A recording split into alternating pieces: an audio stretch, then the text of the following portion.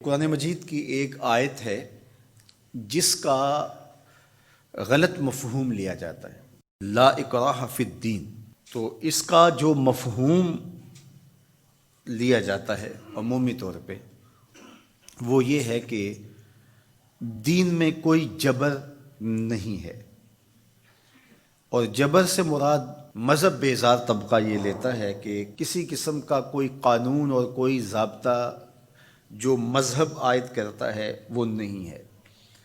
تو یہ مولویوں کی پیدا کردہ سختی ہے اور انہوں نے دین کو مشکل بنا دیا ہے، اور حدود و تعزیرات، قوانین، ضوابط، چور کا ہاتھ کاٹو، زانی کو سنگسار کرو، کوڑے مارو حد قذف میں، اور مختلف اوقات کے اندر مختلف عبادتوں کا لزوم۔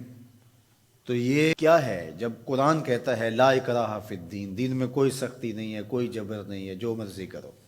تو یہ اس کا مفہوم نکالا۔ اور ایک طبقہ ایسا ہے کہ جو دین کو اس طرح پیش کرتا ہے اور اس طرح سے دین کو لوگوں کے سامنے رکھتا ہے کہ جس طرح دین پر عمل کرنا کوئی آسان کام نہیں ہے، اور اس کو وہ مشکل اتنا بنا دیتا ہے کہ لوگ گھبرا جاتے ہیں کہ ہم تو پھر دین پہ نہیں چل پائیں گے، چند لوگ ہی دین پہ چل سکتے ہیں، جبکہ یہ دونوں چیزیں افراط و تفریط سے تعلق رکھتی ہیں۔ تو آیت کریمہ کا صحیح مفہوم یہ ہے، لا اکراہ فی الدین کا مطلب یہ ہے کہ دین قبول کروانے میں کسی پر سختی نہیں کی جائے گی کہ تو ضرور مسلمان ہو، یہ اس کا مفہوم ہے۔ اب کوئی دین قبول کر چکا ہے اور پھر احکام شریعہ اس کے اوپر نافذ ہوں گے تو یہ تو ہوں گے، تو اس پر یہ نہیں ہے کہ اب اس پر سختی نہیں کی جائے گی۔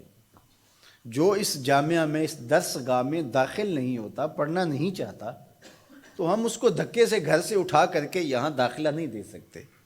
جس کی مرضی ہو آئے اور جس کی مرضی ہو نہ آئے، لیکن جو شخص یہاں آ کے داخل ہو گیا، پھر یہاں جو ہم نے ضوابط اور قوانین بنائے ہیں ان کا وہ پابند ہوگا، اس لیے کہ وہ اپنی مرضی سے آیا ہے اور اس نے یہاں آ کر کے داخلہ لیا ہے۔ تو اب وہ کہے کہ میں نہیں مانتا، تو وہ باغی کہلائے گا۔ تو اسلام کے اندر کسی کو سختی سے داخل نہیں کیا جائے گا، ترغیب دی جائے گی۔ اور قرآن مجید کی اس آیت کریمہ کو اگر پورا پڑھیں تو سارا مفہوم واضح ہے۔ لا اکراہ فی الدین، دین لانے کے حوالے سے کوئی زبردستی نہیں ہے۔ قد تبین الرشد من الغی، ہدایت کا راستہ گمراہی سے ممتاز ہو کے واضح ہو چکا ہے۔ اب جس کا جی چاہے وہ ایمان لائے اور جس کا جی چاہے وہ کفر کرے، یہ اس کی مرضی ہے۔ اگر اللہ چاہتا تو کسی کے دل میں کفر پیدا ہی نہ ہوتا، سب مسلمان ہوتے، لیکن اللہ تعالیٰ جل شانہ کی حکمت یہ نہیں ہے۔ انا ہدیناہ السبیل اما شاکرا و اما کفورا، ہم نے حق کے راستے واضح کر دیے، اب جس کی مرضی ہو وہ کفر کے راستے پہ چلے، جس کی مرضی ہو وہ اسلام کے راستے پہ چلے۔ اس کی اس مرضی کی وجہ سے ہی تو جزا و سزا ہے۔ اگر اس کی مرضی سلب کر لی جائے اور وہ ایمان لانے پہ مجبور ہو تو پھر اس کا یہ کمال کون سا ہوا؟ تو کمال تو یہی ہے کہ دونوں راستے ہیں اور دونوں راستے سے دکھائی دے رہے ہیں، اور وہ اپنے اختیار سے خیر کا راستہ اختیار کرتا ہے تو جزا ملے گی، اور اپنے اختیار سے برائی کی راہ پہ چلتا ہے تو اس کو جو ہے وہ سزا ملے گی۔ لیکن اگر اس کا اختیار ہی نہیں ہے برائی کے راستے پہ چلنے کا تو پھر اس کو سزا کیوں دی جائے؟ تو یہ بات ذہن میں رکھیے گا، یہ اختیار پر جزا اور سزا ہے۔ تو آیت کریمہ کا مفہوم یہ بتاتا ہے کہ جو چاہے وہ حق پہ آئے، اس پہ مجبور نہیں کیا جائے گا۔ باقی احکام شریعہ پر عمل پیرا ہونا تو یہ ایک امر آخر ہے۔ تو یہ سراسر نفسانی خواہش ہے کہ اسلام ہمارے اوپر کوئی پابندی نہ لگائے، جس طرح ہم چاہیں اس طرح ہی چلیں، اور ہماری زبان پہ کلمہ بھی جاری رہے۔